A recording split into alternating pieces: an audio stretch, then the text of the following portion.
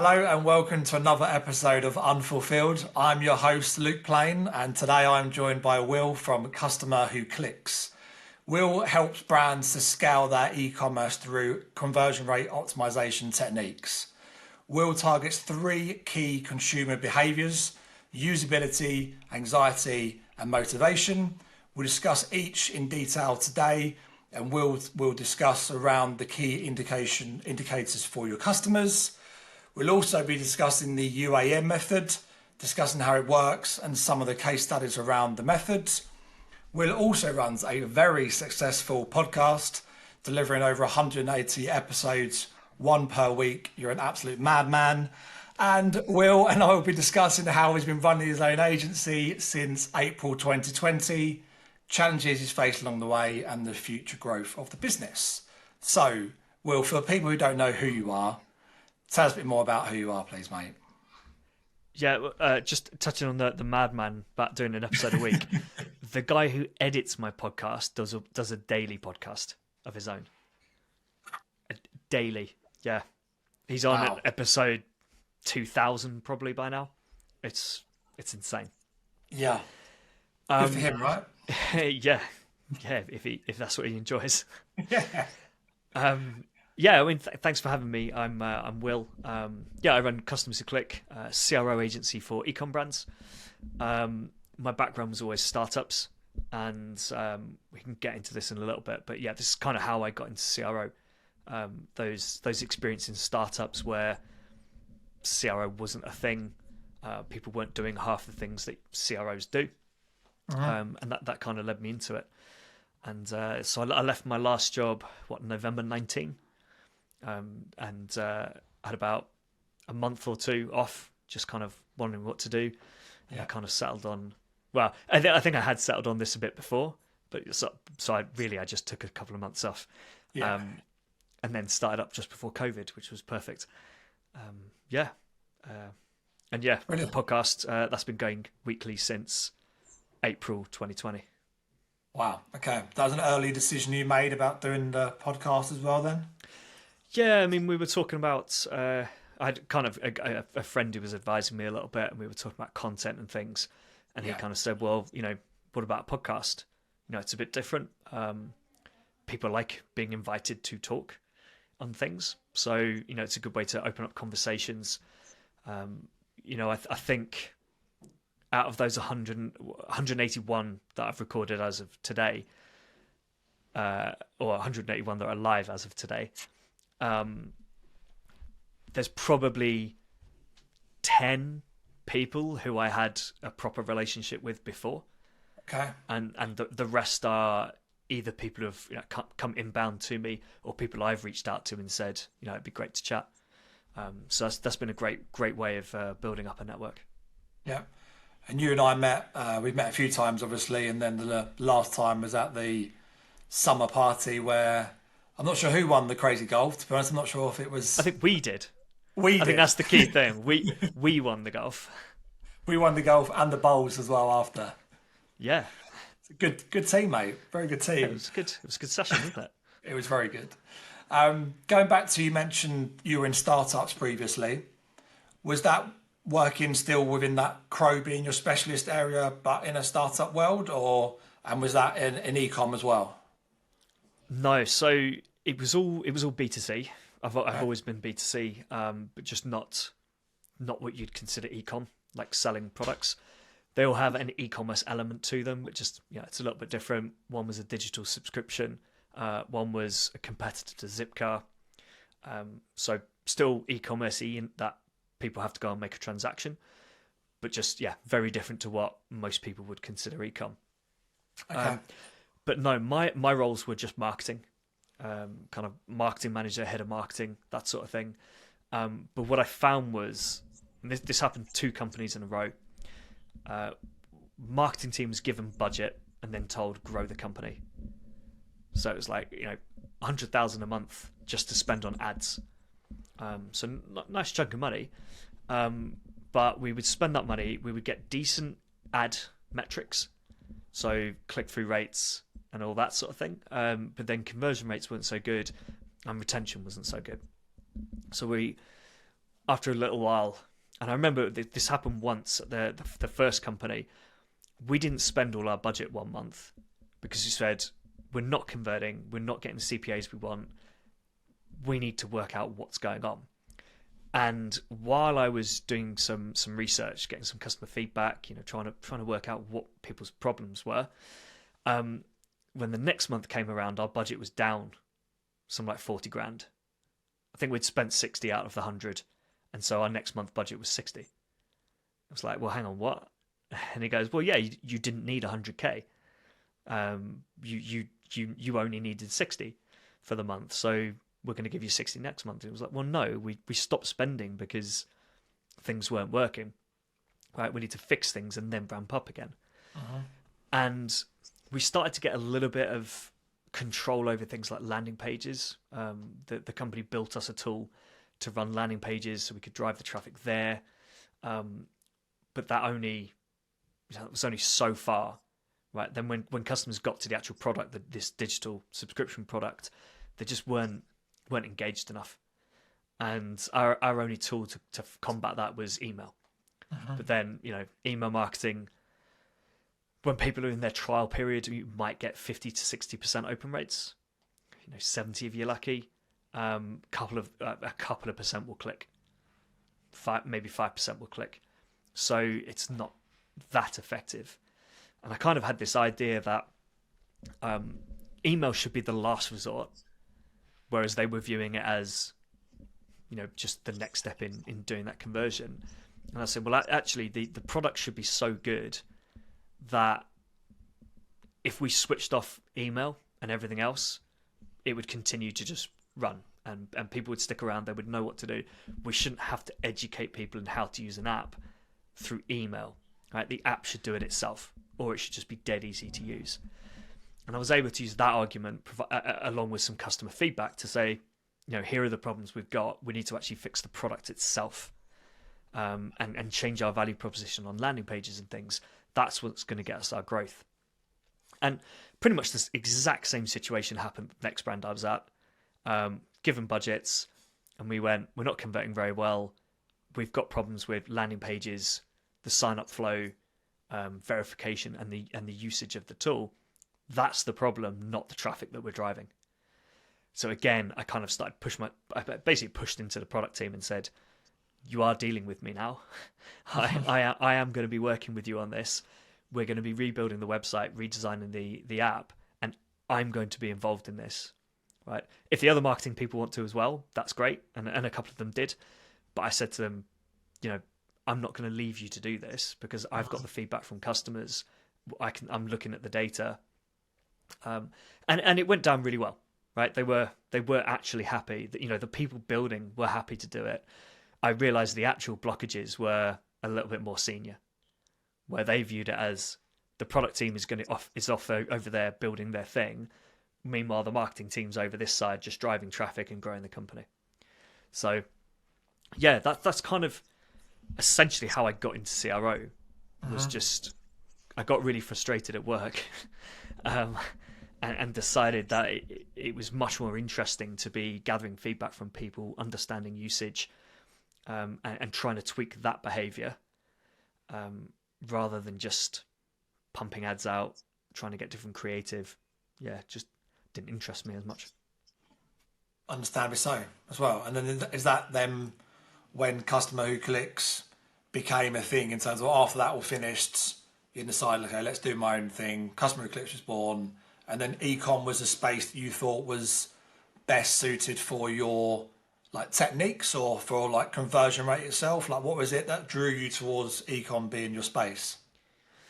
Well, I was always B2C anyway, so that kind of helped. And ecom's got the traffic, and it's got the products that are interesting. So just kind of led me down that route quite easily. Working with brands who have got an interesting story behind why they started this product and this brand, and looking at products who have actual unique selling points. It's just really easy. Sorry, not really easy, really interesting.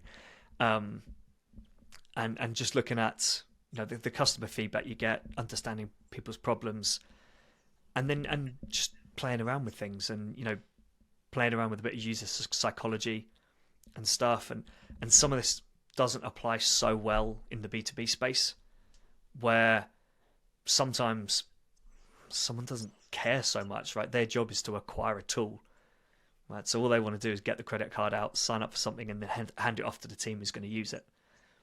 That's far less interesting than persuading an individual that this particular product is the right one for them. Very true.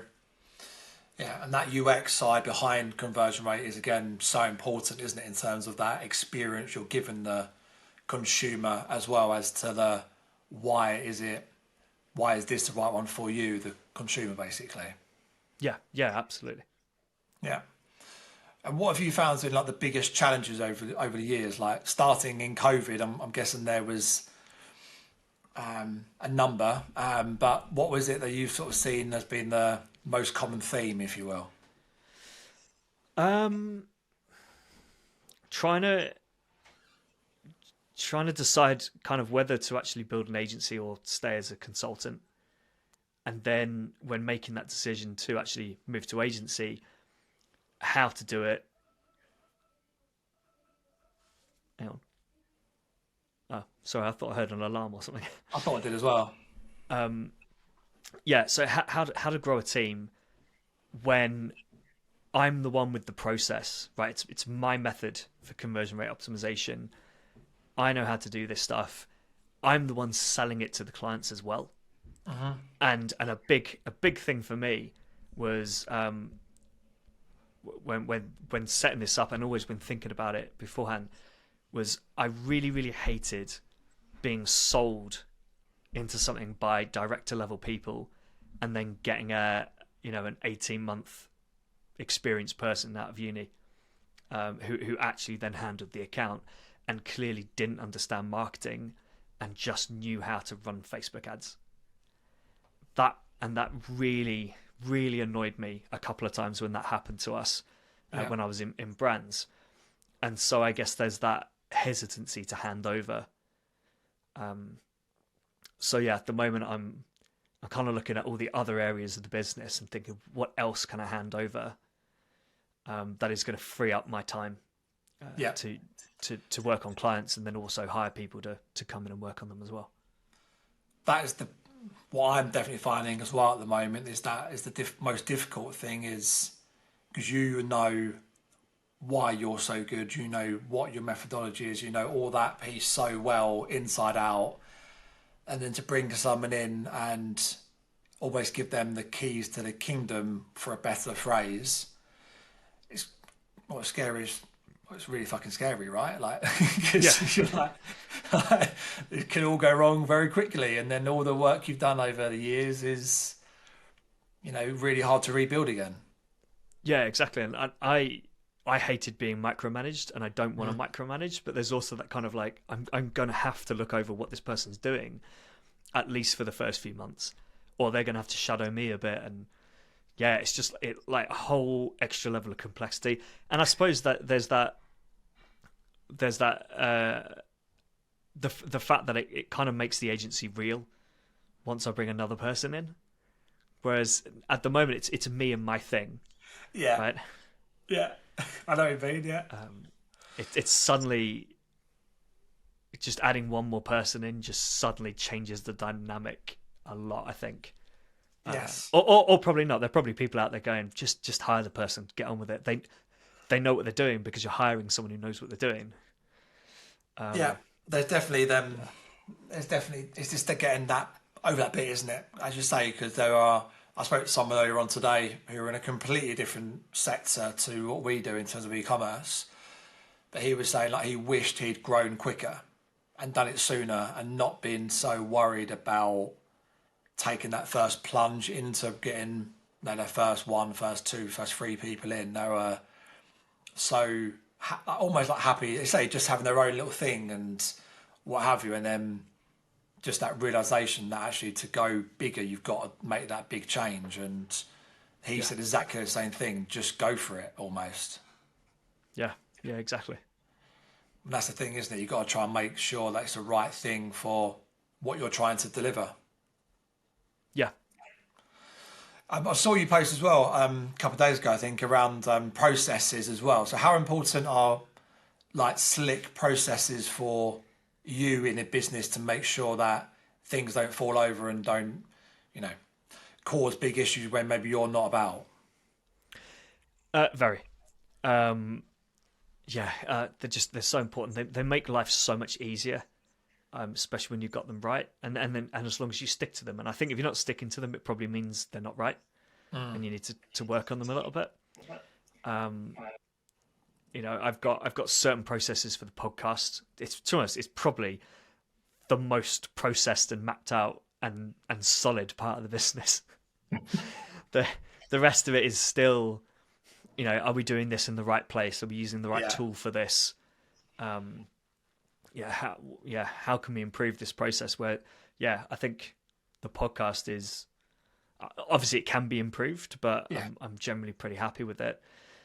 The one I fall down the most on is content for myself. That's the one where I haven't actually got a process for, but I've got some thoughts around the process, and I kind of know what I'm doing, but I need to test when I do things. Right at the moment, I can see my calendar, and I've got a 2-hour block on a Friday for content session every Friday. That's probably been there for about 3 months. And I reckon I've done that 2-hour content session once, maybe twice, because it doesn't work for me. I can't just sit there and write content for 2 hours. I've got to write some content when I'm in the mood and it comes to me. Yeah. But I'm also aware that it still kind of needs to be scheduled in a bit. Otherwise, it just doesn't happen, and it gets done at 7:30 in the morning, 20 minutes before it's supposed to go live. Yeah, absolutely. I go back to customer who clicks then, and in terms of like your brands and your clients you work alongside, what is it that I guess like brings you back every day? Like, what is it that you love about what you do? In a nutshell, and I know it's probably a ton of things, but if you were to pick out the handful of things that you love what you do, what would you say they are? I suppose essentially it's the experimentation piece. It's the doing some research. Essentially it's identifying a weak spot on a website and then saying why are the numbers falling down here, right? Why aren't people doing what we want them to do at this stage of the website?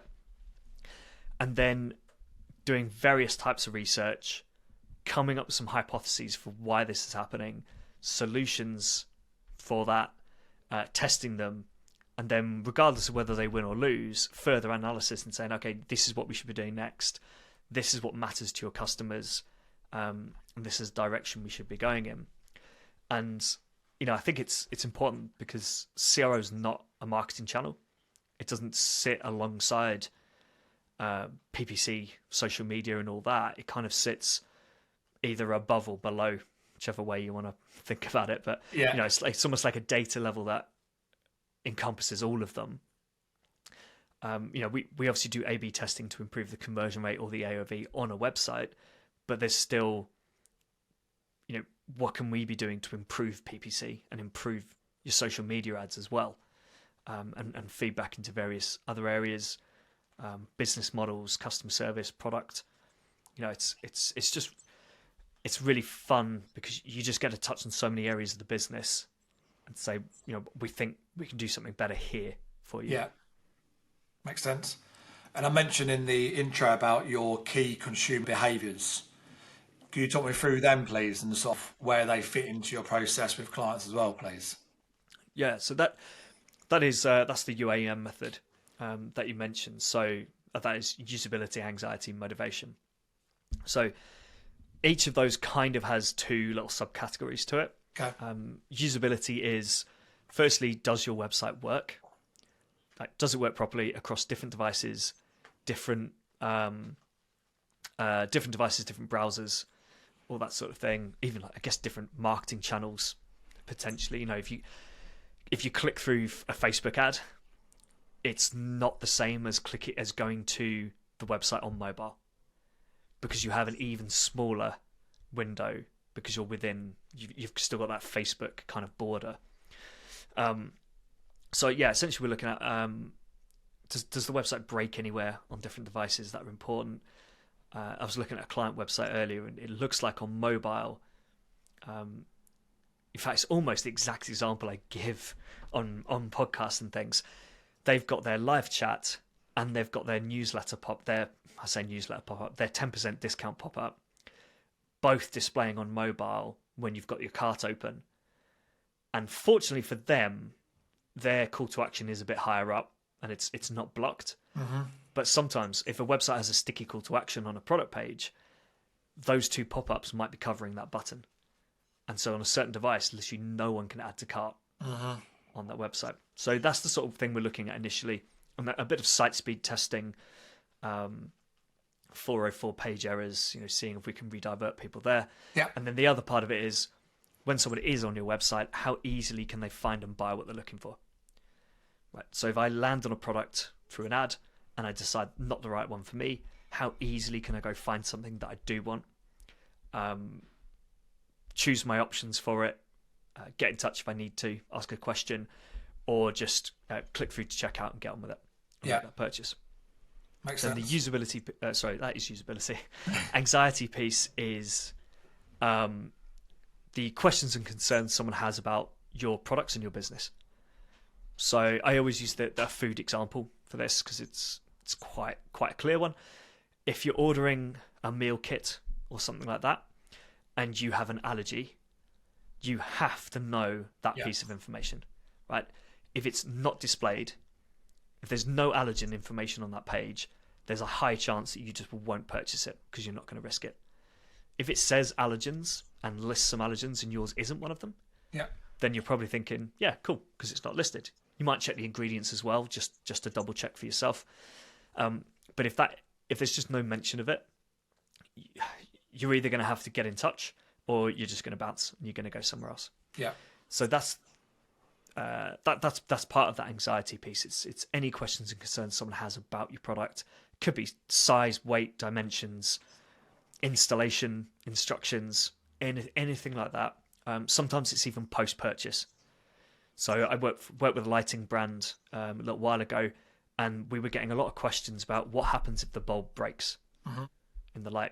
How do I replace it? Is it a bulb that I can go and buy, or do I have to order one through you? And that information wasn't on the page. And then the second part of that is about the business as well. Most of the time, most of the people who land on your website haven't heard of you before, or have never been to the website, or they've never bought from you. But the level of trust is a bit low. So they're looking for, have you got reviews? Do other people trust your business? Have you got UGC? Have you got an address, a phone number, live chat? Does it look like I could contact you if I need to? Various little things like sometimes people don't need to actually call. No one's going to call the number to check whether someone actually answers it. Yeah. But having the phone number there, people go, cool, okay, that's fine. Yeah. So that's the anxiety piece, and then the motivation piece is how excited people get about the product. Right. So do they see that this product is going to solve their pain point that they've got, or that it's going to help them achieve their desired outcome? So I don't know if it's food related. A lot of, Mindful Chef. Mindful Chef. They talk a lot about kind of weight loss. They position themselves as quite a healthy brand. So if you're looking at that website thinking, yeah, not only is this food going to be really easy to make, but it's going to help me achieve my goals. Yeah. Then that's your motivation piece, and you're more likely to buy from them than you are from maybe HelloFresh, who doesn't talk about that because that's not their value proposition. They're more focused on easy to cook meals or discoverability of recipes, whatever. Yeah. And the other part of motivation is just a little bit like scarcity and urgency. What are the things you can do to just nudge people over the line and get them to commit? Because if you answer someone's questions and you've got a really easy to use website, but they end up thinking, well, do I really need this? Like, do I need it now? Shall I just make I'll hold off on making a decision. Right, chance you'll lose them. But if you say something like, if you order it in the next 28 minutes before 5 o'clock, and we can ship it today, that's going to make you think, well, you know, it's ticked all my boxes, and I think it's going to do what I want it to do. Yeah, all right, let me order it, because if I order it now while I've got the website open, I'll have it tomorrow, and I'll start to benefit from it. Yeah. So we don't want to do things like, you know, massive timers or fake scarcity and stuff like that. It doesn't work. People know what's going on, and it doesn't work. But just those little nudges that help people get over the line. Scarcity is a bit more difficult, because the most obvious scarcity is, you know, there's only 3 left in stock. Yeah. And 3 left works better than 1. Right? No one believes there's 1 left in stock. No. But other scarcity might be, you know, if you do some bundles or something, you might say, this is a bundle for this weekend. You know, great example. I don't know when this is coming out, but we've got Black Friday coming up. Yeah. So for Black Friday, you might say, we've got this exclusive bundle that is a set of our products that you cannot buy outside of Black Friday, and it's going to be at this price, and there's only 200 of them or whatever. And we're only doing this for Black Friday. That is scarcity that will work, because you've made it really clear that this is a unique thing. But if for Black Friday you said there's only 200 available at this price, but it's something you have all year round, I think the majority of people would expect to get a follow-up email saying there's still more at this price, and another email, and then probably a few days later, our extended Black Friday deal, you can still get this at this price. And then that creates that discount feeling about a brand, and then people are like, well, why would I ever buy from you at full price? Because you're always going to drop your prices. I'm sure everyone listening has had one brand in their inbox at some point who has emailed them possibly several times a week saying our flash sale is coming to an end, and then the next day it's we've extended the flash sale for 24 hours, and then 2 days later it's the flash sale is ended, but this is a new flash sale which is slightly different, but actually it's exactly the same. Surely at that point also the people running them campaigns aren't really like the actual email marketing campaigns for that example, like, aren't going to be driving the traffic correctly at all, are they? So surely for you that's an opportunity to like reach out to that brand and say, like, your email marketing actually isn't great, so should we have a chat? Do you also like see it from that point of view when you're doing your like opportunistic sort of growth piece? It's funny you mention that, because obviously you'd think, well, we're a CRO agency, so would you get that email and then look at our website and go, well, you're a CRO agency, why does that matter? I suppose one argument there is, if I'm a CRO agency and telling you your email marketing shit, then, you know, I'm probably quite legit. Because I've pointed out something that's not even related to what I do. But it's also interesting you make that example, because that's exactly how I got my first client. Oh, really? I reached out to them in February, before I moved to Poland for a month, but that's a long story for another time. This is February 2020. If that gives you an idea of where that story goes. I got a response from him when I was getting on the plane. Okay. A response on LinkedIn saying, yeah, let's have a chat. This conversation, it took ages to get another conversation in with them. So that was February. I signed them in end of October that year. That's how long the process took. But it was about May or June. I forwarded an email to him and just said, essentially I said, this email's a bit shit, isn't it? There's a few things you could do better with this. And he responded and said, yeah, let's have a chat. Brilliant. And then we had another chat, and then it got delayed because they were moving to Magento 2. So that delayed things, and then eventually they signed. But yeah, it was essentially me sending an email saying, your email's shit. Come do some work with me. Amazing. Not a bad little tool, is it? That. Yeah. Maybe I should partner up with some email agencies and say, well, you do your thing. Forward me an email that you think is bad, and I'll send it to that client and say, this is really bad. Work with me. And I'll do the same on the CRO side. I'll point out some things to you that you can say to them and say, we're an email agency, but I've noticed a couple of things on your website that would really improve, I don't know, conversion rates for your email traffic. Yeah, makes sense. God, maybe this is a good idea to go with. There we go. I'll take a slice of the pie.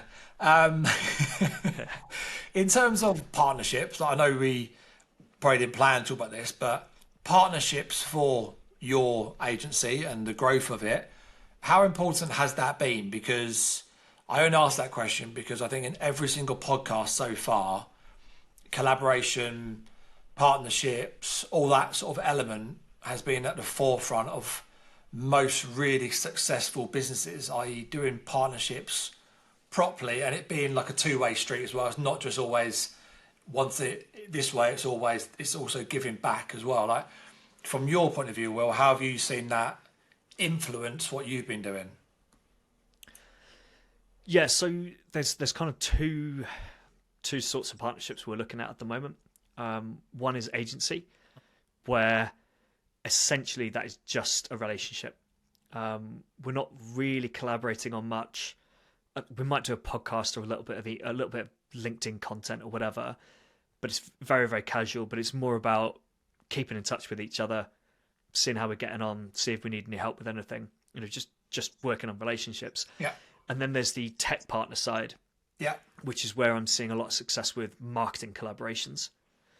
Because they want to do webinars, they want to do ebooks, they want to do loads of content. They're willing to sponsor events as well, and they've got the audience. Mm-hmm. But also, I think when you're doing a webinar, if I'm doing it with a tech partner, I just feel like it comes across a lot less salesy than if it's agency and agency. Yeah, makes sense. Right? It's really easy. And also, I suppose it's easier to come up with a topic that is more interesting with a tech partner. If I'm doing it with an email agency, we can talk about how, I don't know, CRO and email are really important for Black Friday, but I think it's always going to feel like a bit like two separate topics. Yeah.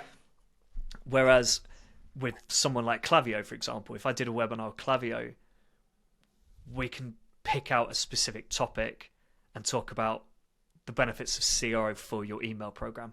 Yeah. I think. Or I can work with someone like Gorgeous. Yeah. Right. And say, how can your website benefit, or how can your CRO program benefit from customer service? Or how can you use customer service to improve your conversion rates? Right. Sense. That I think that's something that's really likely to get attention. Mm-hmm. And then the way that we do these webinars now is we're doing it quite conversational. It's actually quite similar to a podcast, but with some slides. Yeah. It's essentially I'm hosting it, and I'm introducing topics throughout the webinar. But it's actually the guest who is giving the meat of the conversation. And then I'm just popping up with some examples and throwing my thoughts in there, and that seems to be working really, really well. Yeah, nice. That's the thing I've been massively taken. I think we, again, pre-pressing recording this, that's the big thing for me that I've seen is the relationship piece. And if you do it properly, and I think the big thing that what I've seen from the space is that as long as you're not just actively always selling yourself and you're adding value to the people around you, and for example, like I know a number of agencies who don't do conversion rate at all, but their clients probably need that support. So I can say to them, look, have you spoken to Will yet? Because he can add that extra bit of value for your clients that will drive them opportunities and so on. And I think that on the referral side, it works a lot better on the agency partnership. It's much easier for me to just say, right, so I mean, with the tech side, I can just say to a client, yeah, sign up for this tool. Right, we need this tool in place. This one's my recommendation. Do it. If anyone else is asking for help, it's if you want a review tool, go speak to these guys. Yeah. But there's not many referrals back, right? Because the tech partners have loads of agencies as well, right? So the individual referrals is difficult, and some of the larger tech partners say, we're not going to refer you clients unless you've referred us X. So it's actually very weighted in favor of the tech partner, which I know a lot of agency people hate. But on the agency side, you build up those relationships, and then someone says, "Oh, do you know anyone who does email?" And I go, "Yeah, I've got this person or this person. Yeah. Do you want a freelancer or an agency?" It's kind of how I'm doing it now. Yeah. I've got a freelancer and agency for different things. Sometimes a couple more options depending on whether there's various budget levels and things. But yeah, just having that network who I can just refer people to because I know them, I get along with them after a couple of chats, and I'm just happy to send stuff their way. Yeah. I think it's a couple of beers rather than a couple of chats, but I'm guessing that they bother the one, don't they, at times? Pots into my head. I know this guy's actually a tech bite guy, but a couple of weeks ago, I went for some beers with Ben Abbott from Penny Black. Yeah. And we had quite a few. I think we spoke about work for probably 20 minutes. Brilliant. And then we just had a bunch of beers, and now we're talking about what can we actually do together? How can Usually we some of the best relationships start that way, isn't it? Because you're actually just basically being mates, right? You actually just building relationships, and so actually, how can we maybe help each other? Actually, because I like you, you like me. Let's just see what happens, type thing. And it's the best way, isn't it? I would say all referrals have, actually no, with the exception of one or two, almost all referrals have come from people who I've met in person. We've had multiple chats, possibly gone out for lunch or whatever. We've actually built a relationship, and then the referrals have start to trickle in. Yeah. All the people who first contact is let's have a chat about partnerships. Those are the ones that tend not to go anywhere. Yeah, absolutely. It goes back to, I guess, the whole methodology around buying products online. You buy it based on trust usually, right? So if you can't trust people next to you, then why would you buy their product, or why would you refer their business? In terms of your customer who clicks, again, going back to that, what has been rephrase this. How have you been able to keep ahead of competition? Because I'd imagine over the last 3 years since you've started, there's been a number of just Crow-based businesses who have started, or agencies who have started. How have you, one, kept ahead and kept your clients with you? And I guess two, what have you seen that set you apart from others? Yeah, I think our sales process, to be honest, which I think is probably a bit of a weird one to be leading with. Yeah. How do you mean? Can you delve into that a bit more? Without giving away too much? Without giving away my secrets. Yeah. We have generally a two-stage sales process, a quick discovery call, and then a strategy call where I talk through the strategy and how it will help them. If we run out of time, we go to a third, but that's normally it. And people just really like it. I've literally had comments at the end of calls saying, "Do you know what? I like your sales process. I like the emails that you do, in between calls and things, the extra content that you send. We've got really detailed case studies, which are, written case studies about the work we've done for a client, how we work with them, our methodology. There's a video of me talking through that case study, so you can watch. You can kind of hear from me, as I'm discussing it. Is that on your website, Will, or is that on your LinkedIn? Yeah, yeah. There's two on the website that are in that format. I've got a new. I believe it's scheduled to go live on the 2nd of October, which will be a VSL for the website, which should be amazing. Okay. I really hope it is, because I went to Spain to record this. So. I'm really excited about that. I've got no idea what it looks like. All I know is I swore a lot while recording that. The amount of times I got into this process, right? So we recorded it line by line, right? So there's no big speeches or anything. It's literally line by line. And I'd mess up the line a couple of times. And I'd be like, right, okay, fine. Calm down. Yeah. Read the line again, and then do it to the camera. And the number of times I got the line almost perfect, and then I said the last word wrong. And I'm just there like, there was one, I won't say exactly what I said because it's a bit too much, but I read the line, said the last word, and just immediately dropped my head and went, fuck. Because I knew I'd got the last word wrong. And I knew the rest of it was perfect. Yeah. So this thing was really frustrating. It took about 4 hours, 5 hours to do. Yeah. Excluding all the work that had gone into scripting and stuff beforehand. But yeah, that should be really good. So yeah, I think our sales process and the offer that we've got works really well. And it's an offer which is going to make us money, which is obviously important because I think there are, in the same way you get PPC agencies and social media agencies doing this, there's some people out there who I think promise the world, don't charge much for it, and probably have quite high client churn, but they're able to just bring people in because they're so much cheaper than the rest of the market. Yeah. And I think you've just got to be prepared to tell people no. Yeah. A lot of people seem to appreciate that as well. You know, when that discovery call's 15 minutes. Yeah. And it's essentially designed for me to say yes or no, whether we move on.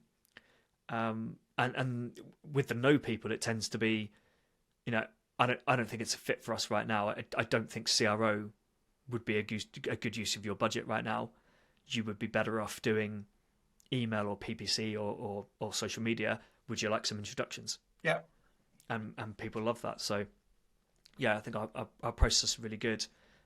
We have a solid methodology and process around delivering that. Yeah. Which is really important as well. And it's not just here are the research steps and then we'll run some tests. It is actually like our tests fall into those three categories of UAM.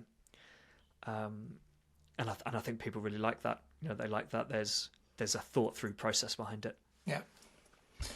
That's a big kudos to you, I guess, as well. And I also completely agree in the terms of not just saying yes to everything that comes through. I think that's, again, a big error that a lot of businesses will make, is because they're so keen to drive revenue or to bring on a new client that the actual question of can I make a difference to your business maybe isn't always at the forefront of what they're thinking about. Yeah. And that ability to say no is actually, well, it does usually entice people back to you, doesn't it, as well? Because like they've said to me no once before. I had one guy got really annoyed because I quite quickly, you know, I didn't lead the conversation on or anything. I quite quickly said, you know what, it's not going to be right for us. He was doing less than 10 grand a month in revenue. Yeah. Like I just can't touch that with CRO. Obviously we actually have a performance-based offer, so we're not going to do anything with that. And even if we said to him, well, there's a minimum fee of this, he's not going to get a good ROI anyway. So yeah. I said no, and he said, oh, he wants partners. I said, let's chat in 6 months and see where you are. And he said, no, I want partners who are going to be in it from the start, you know, put some skin in the game and all that. And I was like, you're not going to find a CRO agency that's going to work with you on a performance model as well. Yeah. Because he also said that. And I mean, I didn't say these things to him, but I just said, look, it's not one for us. We're not going to get you a good ROI. Let's chat in 6 months. And he was like, oh no, I might, you know, I might have already hired a CRO agency and have a long-term partner in place. And I ended that call thinking, you're not, but all right.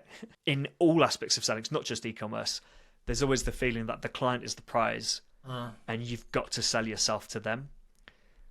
And actually it's a bit of, well, but you also want to work with us. So yeah. 100% agree. We've had exactly the same thing a number of times where clients have come to us, clients we're keen to work with and support to recruit, and then when you actually speak to them about the role or culture in a business or the benefits they offer their staff, whatever it is, you soon realise actually this isn't going to work for us, because we actually want to work with businesses who, you want to invest in their staff long term, who have a really good Yeah. structure in place for progression and all that sort of stuff, or a benefit structure that doesn't start with you get 28 days annual leave included bank holidays, which obviously isn't a benefit at all, and all that sort of piece that goes alongside it. So completely agree in terms of fund the right partners, as you say, the right clients for you that fit your model.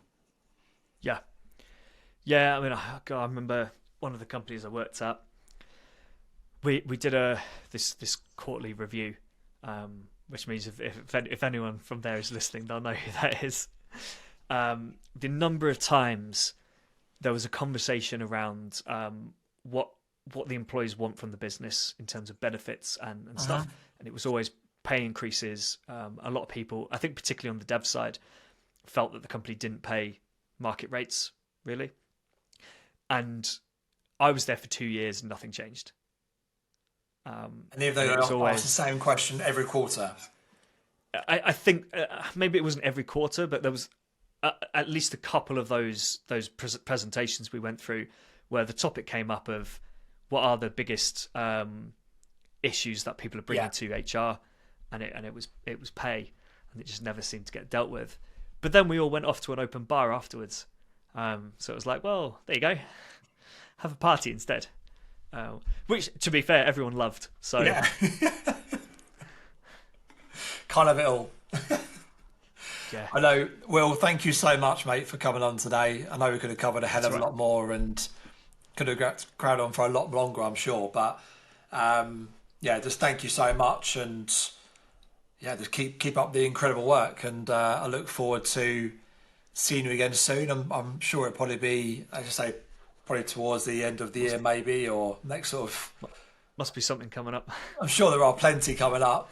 And yeah, mate, I look forward to hearing how the business is going and sort of where we're at in terms of your development plans of the agency as well. If you've taken that plunge, as you talked about at the start. Yeah. Hopefully, yeah, it's in the plans. I'm going to start those conversations soon. So amazing, mate. Legend. Well, thank you. And awesome. Amazing, and good luck with your rest of your podcast as well. And it's I look forward to the other way around, hopefully being on yours. Yeah. All right. Cheers. Thanks for having me. Legend, mate. Thank you.